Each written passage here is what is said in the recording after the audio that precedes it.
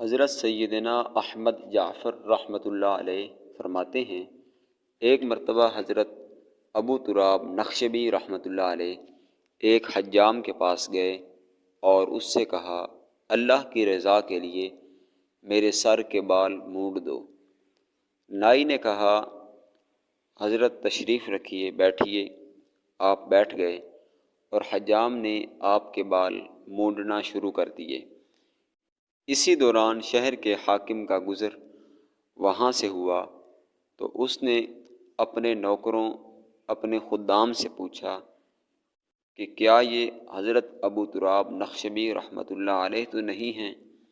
نوکروں نے، خدام نے کہا، جی ہاں، یہ تو ابو تراب نخشبی رحمۃ اللہ علیہ ہی ہیں۔ حاکم نے نوکروں سے کہا، تمہارے پاس اس وقت کتنی رقم موجود ہے؟ ایک نوکر نے کہا، جناب، میرے پاس ایک چمڑے کی تھیلی میں 1000 دینار موجود ہیں۔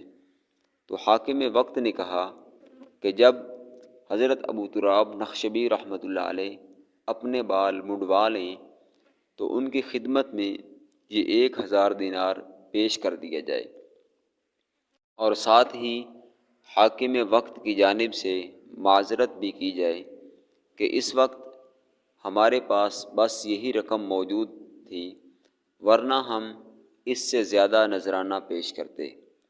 خادم آپ کے پاس آیا اور کہا، حضور، حاکم وقت نے آپ کو سلام بھیجا ہے اور یہ 1000 دینار نذرانہ آپ کے لیے بھیجا ہے، اور ساتھ ہی انہوں نے معذرت بھی کی ہے کہ اس وقت یہی رقم موجود تھی، ورنہ ہم زیادہ نذرانہ آپ کی بارگاہ میں پیش کرتے۔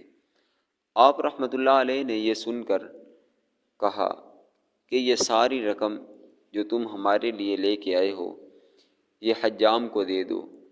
حجام نے کہا، حضور، میں اتنی زیادہ رقم کا کیا کروں گا؟